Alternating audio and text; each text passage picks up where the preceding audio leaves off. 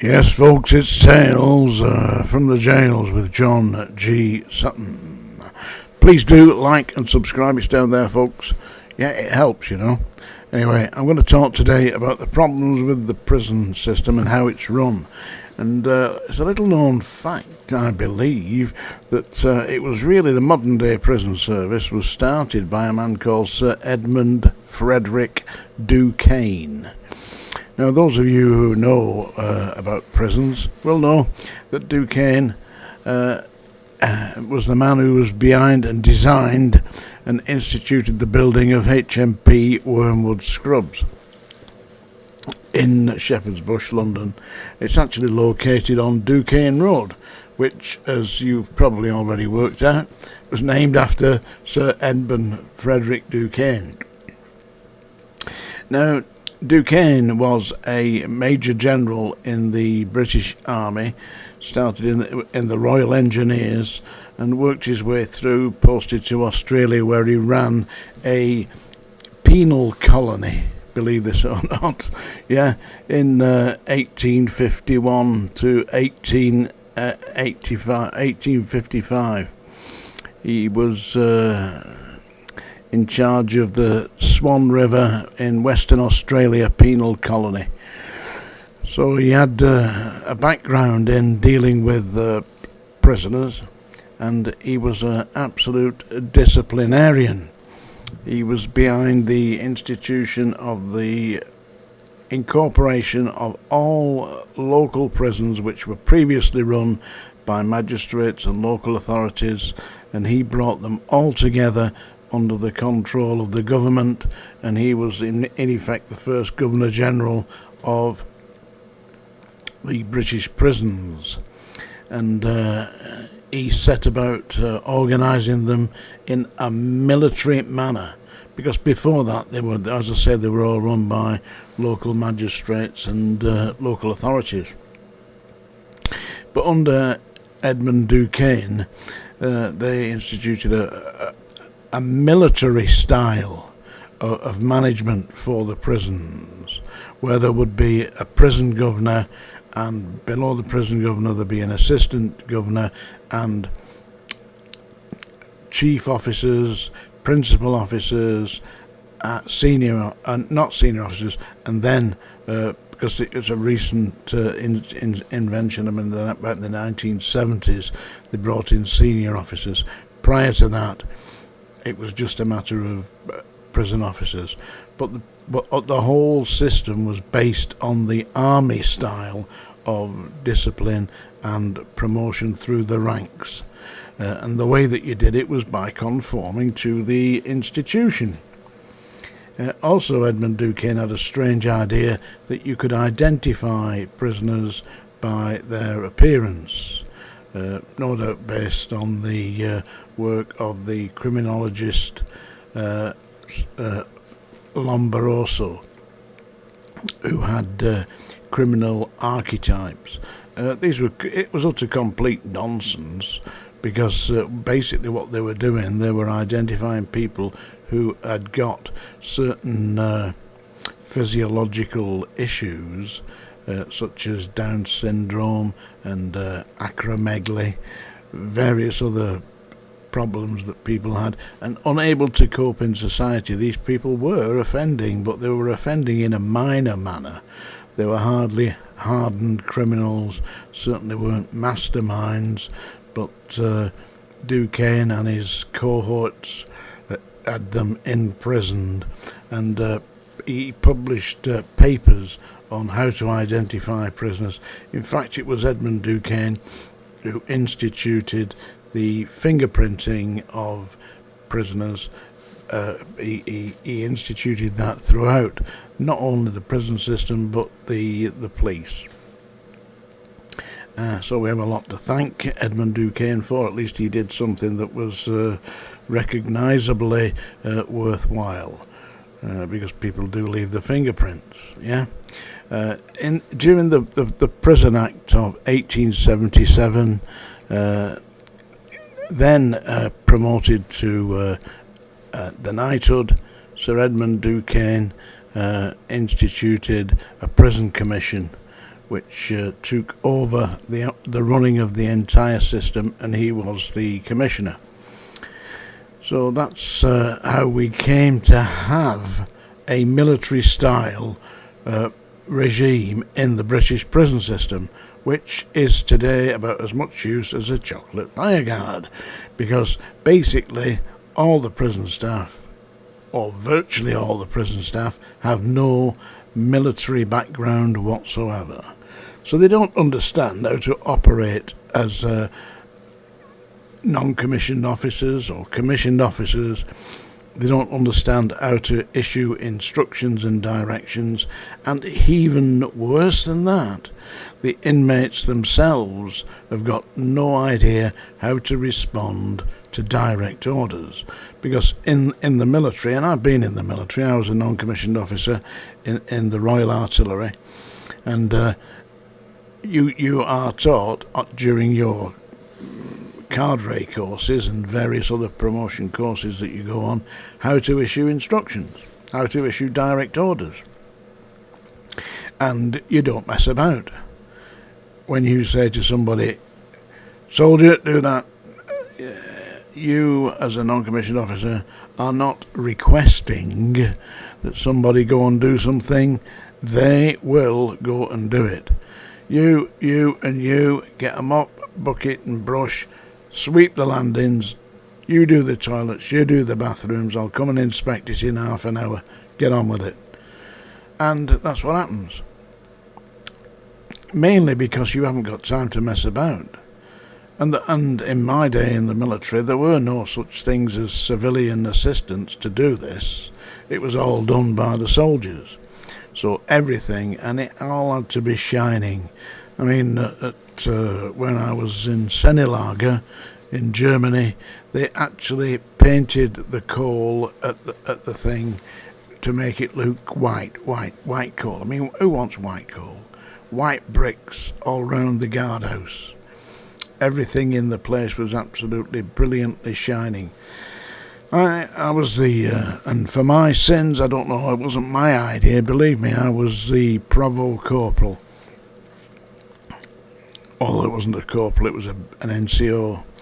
I was the Bombardier, and that's the equivalent of like a corporal in the army, in the other ranks. But in the artillery, it's Bombardier. Yeah, so I was the Provo NCO at Sennelager for a while, and I felt really sorry for the young inmates, the young soldiers who were put in there. I mean, the reason that they chose me was I was the middleweight boxing champion of that division, and I'd flattened everybody, and I was quite notorious for that. But I didn't really go out of my way to bully anybody. I wouldn't do that. I felt sorry for the inmates, so I used to say to them, during the day, I'll shout, you jump, and at night we'll have a cup of tea and a game of cards. And even at night sometimes I used to sing George Formby songs to them, just to make sure that they were capable of getting through. They were only in there for like a week or 2 weeks, just so that they could get through that little period of time in their lives when they felt that the world had ended. So listen, this is a brief moment in time. It's going to be horrible, but you're a human being, you'll come through this, and in years to come you'll look back and think, what was all that about? So seriously, I did my very best to enable the inmates in the, they call it the glass house, in the regimental prison, to actually see that it was just a brief moment in time and that they would survive. And some of them were absolutely quite desperate at this, because they'd done little things like swearing at an officer or shouting abuse at an NCO, and in those days, back in the 60s, they put you in prison for that. Seriously, as simple as that. Late on parade, right up before the colonel, 7 days in the lockup, just for being late on parade. You weren't late twice, let me tell you. Anyway, so the British prisons were run by, a lot of them were run by ex-military men. It was a standard thing, that you'd do your service in the prison. And if you were promoted to NCOs, then you were virtually, not totally guaranteed to get into the prison system, but a lot of the staff were ex-military. Today, very few of the staff are former serving soldiers, but they're still running the same system, uniformed, shouting orders at people who are civilians who haven't got the first clue on how to respond. And of course, now they've introduced the hostess system. They've got young girls telling them what to do. They're not going to do it. I mean, a lot of the inmates today haven't got the first clue how to respond when you tell them, clean your cell up, I'll come back in an hour. If it's not done out, you and me, we're going down the block. Yeah, and if you don't want to walk, that's fine, I'll get somebody to carry you. You can't do that today. Don't work like that. Hence the prisons are run by inmates. I've read accounts and seen accounts of exercise periods in the evening where there's perhaps 120 or more inmates on association with one member of staff. How are they going to deal with that? So basically, what are they there for? They're just there to witness whatever the inmates want them to see. So today I'd like to talk about Sir Edmund Duquesne, who is responsible for instituting the system that pertains to this very day, and it doesn't work now. They have to have a rethink. But the prisons are packed to overcrowding, and they've got a lot of prisoners now who are hooked on drugs, spice, marijuana. And marijuana, I don't know, I've never taken any myself. I always thought I should, but I never have, and I wouldn't know how to get hold of it. But anyway, they're smoking dope, taking crack cocaine, whatever else they're doing. Certainly this strange stuff called spice and methamphetamine, they're coming in doped up and dangerous, because this stuff, once you take it, I believe, it makes you very vulnerable and prone to violence. Of course, violence in my day was dealt with by violence, but today they don't have the manpower to deal with it. So we know what's happening. The inmates are running the place. It's a disgrace, really. And the problem was, of course, it was all set up by Major General Sir Edmund Duquesne, who came from a different era.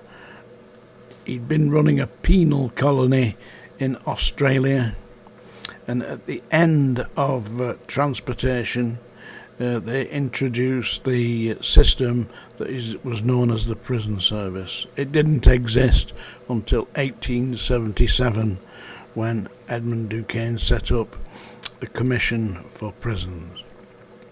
So that is where we're at, and that is why today they're operating a system that was set up 150 years ago, and it just doesn't work, does it?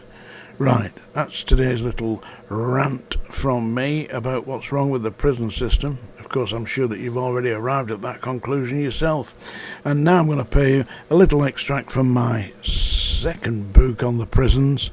And this is the account of what happened after I was at odds with the Prison Officers Association, because I decided that in my wisdom, that the Prison Officers Association was in effect a tool of management, because it had within its, and in fact the treasurer of the Prison Officers Association was a chief officer. The National Executive Committee constituted mainly chief and principal officers. The Strangeways Prison Officers Association the chairman was a principal officer. There were various senior officers in positions there, and if you complained about the system, you went to complain to the POA. That was the management that you were complaining about, so there was no union in effect.